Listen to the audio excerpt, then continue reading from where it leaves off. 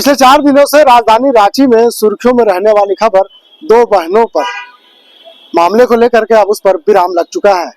हिंदपीढ़ी थाना क्षेत्र की रहने वाली दोनों बहनों को रांची पुलिस ने कर्नाटक से सकुशल बरामद कर रात में ही रांची लेकर पहुंची थी, जिसे आज कोर्ट में पेश किया गया।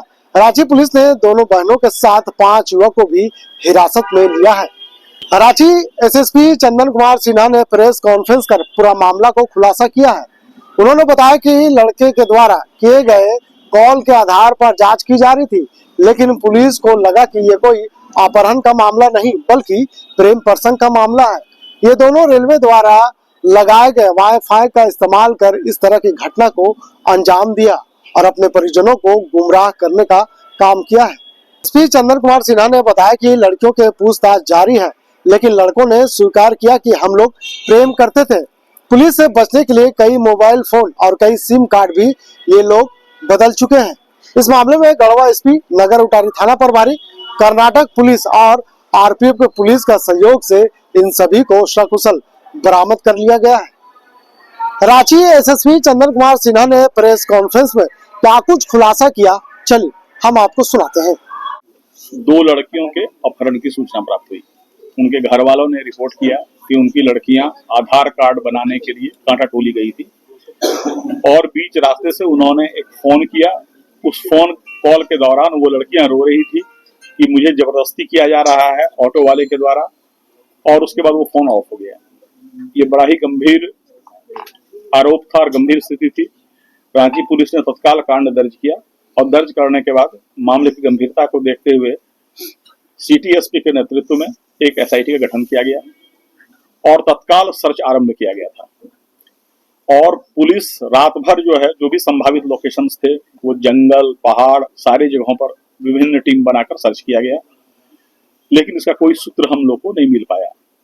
हम लोग लगातार उस लड़की के द्वारा किए गए कॉल के आधार पर हम लोग अनुसंधान कर रहे थे, लेकिन बाद में धीरे धीरे जब हमारा तकनीकी अनुसंधान आगे बढ़ा तो लगा कि मामले में कुछ हेर फेर है। उसके बाद बड़े ही दक्ष तरीके से रांची पुलिस ने अनुसंधान किया और अनुसंधान में यह ज्ञात हुआ कि ये लोग जो लड़कियां हैं वो किसी एक अभियुक्त के साथ ट्रैवल कर रही हैं और वो रेलवे का यूज कर रही हैं, रेल लाइन का यूज कर रही हैं। उसके बाद पुलिस टीम लगातार ऑपरेशन करती रही। इस क्रम में रांची पुलिस की टीम ने और उनके सहयोग आरपीएफ के भी सहयोग किया गया था। हम लोगों ने लगभग कई ट्रेनों को सर्च किया। इसमें से पलामू एक्सप्रेस, शक्तिपुंज एक्सप्रेस, बनारस से चलने वाली कामायनी एक्सप्रेस और गंगावती एक्सप्रेस कर्नाटक जाने वाली कई ट्रेनों को रांची पुलिस ने सर्च किया और आरपीएफ से सर्च करवाया। इसके अतिरिक्त बहुत सारे रेलवे स्टेशन के सीसीटीवी फुटेज देखे गए। उसमें नागपुर, पुणे, कर्नाटक का हुबली, गंगावती सारे का फुटेज सर्च किया गया और काफी मेहनत के बाद जब मामला क्लियर हुआ तो पता चला कि जो लड़का है जिससे हम लोग भी पूछताछ कर रहे हैं और जो भी गिरफ्तार हुआ है, इसका कहना है कि मेरा लड़की से प्रेम संबंध था और हम लड़की को भगाकर ले गए थे। लड़कियों से हम लोग पूछताछ कर रहे हैं और क्योंकि अभी वो शॉक में है तो हम लोग अभी कुछ भी स्पष्ट अभी उनके द्वारा इंफॉर्मेशन नहीं बता पा रहे हैं कि वो क्या कहना चाह रही है। लेकिन कुल मिलाकर था कि लड़कियों ने उस अभियुक्त के बहकावे में आके ही ये झूठा ऑडियो भेजा था ताकि घर वालों को ये लगे कि अपहरण हो गया है और वे अपने बॉयफ्रेंड के साथ जा सकें। अभी हम लोग सारे मामले का सत्यापन कर रहे हैं पर बहुत ही शातिराना अंदाज से जो अभियुक्त है और उनके सहयोगी ने इस पूरे भगाने की प्लानिंग रची थी और इस पूरे प्लानिंग के दौरान ये लोग पुलिस के लोकेशन ट्रेस से बचने के लिए इन लोगों ने कई बार फोन को तोड़ा, सिम को तोड़ दिया, कई बार नए फोन को लेकर रेलवे स्टेशन के केवल वाईफाई का यूज किया या अपने मित्र को बुलाकर वाईफाई का यूज किया ताकि पुलिस सिम के आधार पर ट्रेस न कर पाए।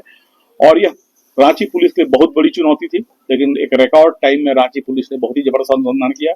इस पूरे अनुसंधान में गढ़वा एसपी और नगर उटारी थाना प्रभारी और कर्नाटक के एडीजी और कर्नाटक के कोपल जिले के एसपी ने काफी सक्रिय सहयोग किया। आरपीएफ के द्वारा भी जबरदस्त सहयोग हुआ और इस पूरे टीम वर्क के चलते और हमारी एसआईटी के जबरदस्त काम के चलते दोनों लड़कियां सकुशल बरामद हो गई है, जिनसे पूछताछ भी चल रहा है। और जो इस पूरे प्रकरण में जो मुख्य आरोपी था वह कर्नाटक का रहने वाला है जो हैदराबाद में काम करता है, मोहम्मद इस्माइल, और उनके 4 सहयोगी, कुल 5 आदमी को हम लोगों ने गिरफ्तार किया है जो पूरी योजना में लड़कियों को ले जाने और भगाने में शामिल थे। आपको बता दें कि पुलिस देर शाम को दोनों बहनों को लेकर रांची पहुंची थी। दोनों के लापता होने की घटना 11 जनवरी की है। ये दोनों 12:30 बजे अपने घर से काटाटोली आधार केंद्र के लिए निकली थी। उसी दिन लगभग 1 बजे फोन कर अपने माता पिता को बताया था कि एक ऑटो चालक उनका बैग और मोबाइल छीन रहा है। उसने यह भी बताया था कि ऑटो वाला उन दोनों को जबरन किसी दूसरे जगह ले जा रहा है। इसके बाद उनका मोबाइल फोन स्विच ऑफ हो जाता है। इस मामले को लेकर हिंदपीढ़ी थाना में 11 जनवरी को ही अपहरण का मामला दर्ज कराई गई थी। मामला सुर्खियों में आने के बाद रांची पुलिस ने दोनों को ढूंढने के लिए एक विशेष टीम का गठन किया था। पुलिस ने जांच शुरू की तो उनके मोबाइल का अंतिम लोकेशन और मांझी मिला था। इसके बाद पुलिस ने अपने मोबाइल का लोकेशन लगाकर ट्रेस किया। पुलिस ने टेक्निकल इनपुट पर ही दोनों की तलाश शुरू की थी। टेक्निकल सेल की मदद से ही पता चला कि दोनों बहनें कर्नाटक की ओर गई है। जिसके बाद पुलिस टीम ने दोनों को कर्नाटक पुलिस की मदद से बरामद कर लिया। पुलिस के अनुसार मामला अपहरण का नहीं बल्कि प्रेम प्रसंग का है। फिलहाल इस मामले में पुलिस के अधिकारी आज 2 बजे खुलासा कर दिया है। ऐसे में प्रेस वार्ता के बीच जिस तरह से एसएसपी चंदन कुमार सिन्हा ने जो जानकारी दी है उसमें कई तरह का बात सामने आया है। चंदन कुमार सिन्हा ने कहा है कि जिस तरह से लड़कियों से पूछताछ जारी है और लड़कों ने अपना जो अपराध है कबूल कर लिया है। ऐसे में अगर हम बात करें तो 5 लोग इस मामले में गिरफ्तार किए हैं। मुख्य आरोपी इस्माइल जो कर्नाटक का है वो 5 तारीख को ही रांची शहर में आ गया था।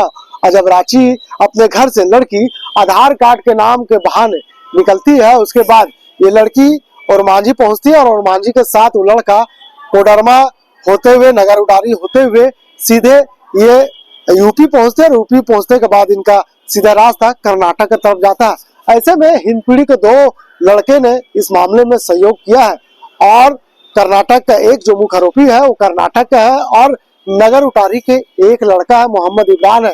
तो ऐसे में इस पूरे मामले में अब तक 5 लोग को पुलिस ने हिरासत में लिया है। फिलहाल कह सकते हैं कि जिस तरह से रांची पुलिस ने आज दोनों लड़कियों को कोर्ट में पेश किया उसके बाद 164 का बयान हुआ। 64 के बयान के बाद पुलिस उसके बाद सभी चीजों पर जांच कर रही है। ऐसे में पुलिस का तार जैसे जैसे आगे बढ़ रहा है जांच भी आगे बढ़ रही है। उम्मीद किया जा रहा है कि अगर इस मामले में लड़की की कोई संलिप्तता नहीं होगा तो पुलिस यहाँ कर देगी।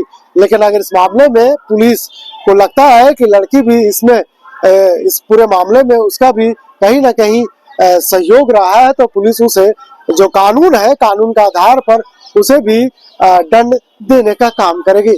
तो फिलहाल कह सकते हैं कि जिस तरह से 4 दिनों से ये मामला रांची समेत पूरा देश में गरमाया हुआ था और तमाम मीडिया में ये मामला सुर्खियां बना हुआ था कि किस तरह से राजधानी रांची में 2 लड़कियां आधार कार्ड ठीक करने के लिए निकलती है और उसके बाद दोनों लड़कियों का अपहरण कर लिया जाता है।